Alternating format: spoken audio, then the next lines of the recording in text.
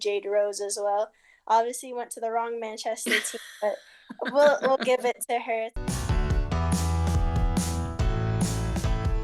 Hello, everyone, and welcome to Just Soccer. Andi Petrillo here, and I am joined by defender for Manchester United, yes, and of course the Canadian women's national team, Jade Riviere. It's so great to have you here. How you doing? I'm good. How are you?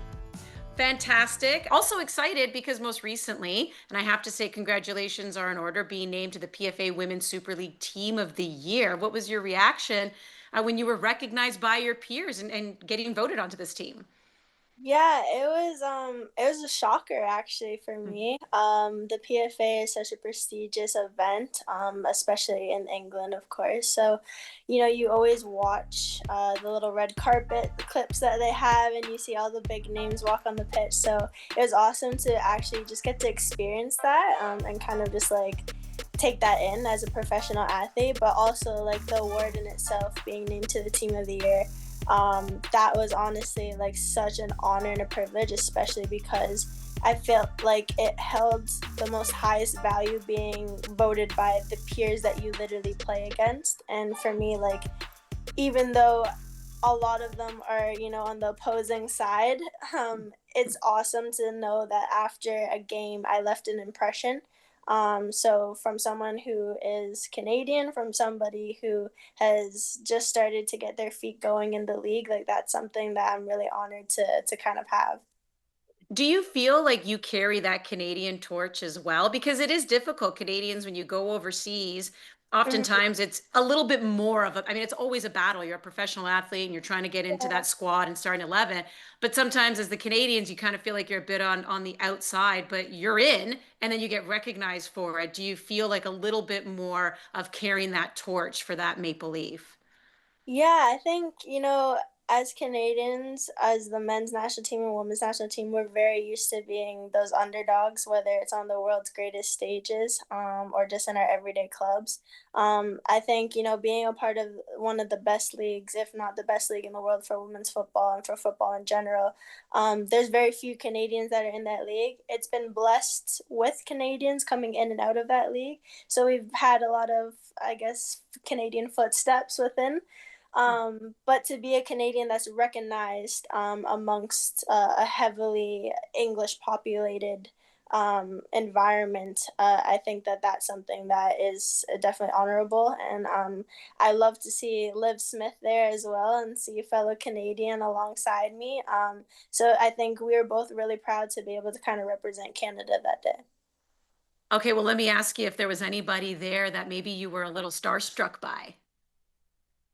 I was, because there was some of the men's players that were there as well.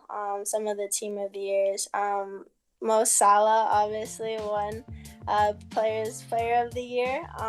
So it's different seeing them, on a screen, and then obviously seeing them in person, hearing him speak about his trials and tribulations that he's come from Egypt, and never would have thought someone from Egypt would have come and kind of dominated on the English stage. So it was amazing to kind of see. But yeah, I was a little starstruck, but you gotta kind of hide it and act like I've been here before, and I know how to walk the red carpet and whatnot. Did you sneak maybe like one of those selfies where they're in the background and you're like, no one's gonna notice this? No, no, no, I did. I didn't, but I was hoping that maybe in like the photo ops there would be someone in the background. Well, you've already mentioned her, and that is Olivia Smith. And we know at the time she had set a record transfer fee, and obviously she's recognized as well for young player. And I guess this kind of goes along that theme of Canadians in Europe and making headway. And like, do you feel now it carries a little bit more prestige? And maybe it's because of what you've been able to do on the national scene, obviously being Olympic champions, always being perennial contenders. On the men's side too, they've qualified for the World Cup. Do you feel like there is any kind of change now when it's like Canadians are maybe coveted more so than they were in the past? Yeah, I think so. I think it definitely puts a lot more respect on Canadians' names. And I think, in the women's game, you see it, in the men's game, you see it. Like, there's always big transfers or rumors about big transfers or people breaking records. And I think that it's like becoming more of a common thing, being able to see Canadians kind of be the pivot, or at least on the top of people's radars now. I think all it does really is it puts Canada on the map, but it also, inspires a generation of those young girls and boys that look up to us to be able to see that, Canadians can make it outside of Canada. And the more Canadians who are making it outside of Canada, the more chance there is of you guys playing together, which creates more of that camaraderie. So you're not just seeing each other when you report to the national team. And of course, I'm talking now about Simi Awujo, who is a teammate of yours on the national team and Manchester United. So do Yeah. you feel like you can create that connection as well with somebody, both on and off the pitch, and that just strengthens the national side? Yeah, definitely. Yeah, you speak of Simi, and like Simi has become like one of my best friends on the team, and we do our off days together, we're training together. It's great to have a familiar face around, but then you talk about that relationship and that partnership and bringing it to the national team. It's been great to be able to, like you said, not have to report to the national team and then build that relationships with everyone again. It's nice to have somebody who you can create a foundation with and can only then bring it to the national team. And you talk about Canadians in the WSL, obviously Liv as well, playing against her, Mhm. being able to see her in that light and how she's doing. And then now obviously Jade Rose as well. Obviously went to the wrong Manchester team, but we'll give it to her. It's okay. But even like on off days, being able to see her, seeing her in a different light, playing against her as well, and seeing her grow too. It's awesome to be able to have those relationships nearby, so that when we go play on the world's biggest stages and play for those in those World Cup tournaments and the Olympic tournaments, there's a little more of an easier transition.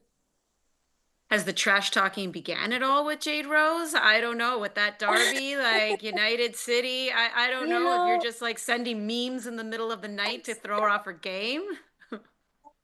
it hasn't started yet. Yeah, it hasn't Yeah. started yet. I don't I think we're professional enough to know what our Oh, limits are. But I do think, on the pitch, off the pitch is all love. We all know that. We're all professionals. On the pitch, it's the better team that wins. So I think Simi and I are gonna make it as hard as possible for her to know that she chose the wrong side of things. But then after, maybe we can go grab a brunch or a coffee. So, I love it. That's a must-watch game. That's must-watch mhm, TV right there.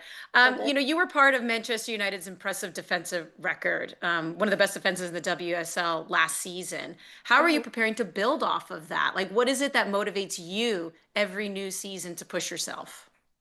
Yeah, that's a good question. I think for me, I wanted to set goals for myself every season, and I think I want to eventually become one of the best right backs in the world. Um, I'm not there yet, and I know I'm not. So it's more of every day thinking about how to dissect that and how to become that, and that's ultimately what I'm striving towards. For me, I'm a very relationship person, so obviously I picked a team sport because I love that um, relationships that you can have, that sisterhood that you have, and being a part of the best, defense in the league. It's not just me. I'm alongside four other players, including the goalkeeper that we're trying to protect. So we have such a great relationship, our back line, and I think that caters towards those results that we get, and those clean sheets that we get. Mhm. So for me, it's about, how can I be the best right back on this team? How can I support my goalkeeper? How can I support who's playing on my left side and who's my winger on my right side? It's like building those relationships to make sure that, we're as solid as we can be heading into the season. Well, it sounds like you're having fun. You're doing great, but let's talk about home a little bit because I'm curious, when you are away, when you're playing for Manchester United, what's the one thing you miss most about Canada?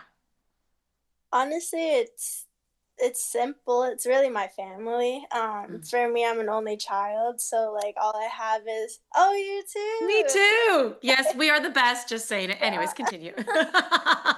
you're not wrong. But yeah, No. Well then, as it's just my mom and my dad, and it's been them for forever. So not being able to have them being like a 9 hour plane ride away is a lot harder. My dad, thankfully, he's retired, so he's been able to come up a couple times. Same with my mom. But yeah, I would say definitely it's my family that I'd miss the most back home in Canada. All right, we'll have another show where we talk about all the benefits of being an only child, but we're going to stick to soccer in the meantime. And also, speaking of back home, I mean, as you know, it's the inaugural year of the Northern Super League. And I'm wondering if you have a soft spot for any of the teams. I'm just curious. Yeah, I mean, I was actually very fortunate to be able to go to a game. I went to see AFC play, so Mm. that was awesome. I would say, because they're a Toronto team, I obviously would have to root for them because that's home for me. But no, it's been an amazing watch. It's been amazing to see how quickly the league has progressed, might I say, and the just competition development that has grown into it, the investment that's been put behind it, and honestly, it's just great to be able to say that Canada has its own league now. Um, I think in the next 3 5 years it's going to be something great, and hopefully maybe one day I'll be able to go back to the league and be able to play in my own backyard, and have my parents be able to come and actually watch me from a 30-minute drive instead of a Yeah. 9 hour flight. Jade, this has been a ton of fun. Wishing you the best of luck the rest of the season and appreciate you joining Just Soccer. Thank you so much for having me.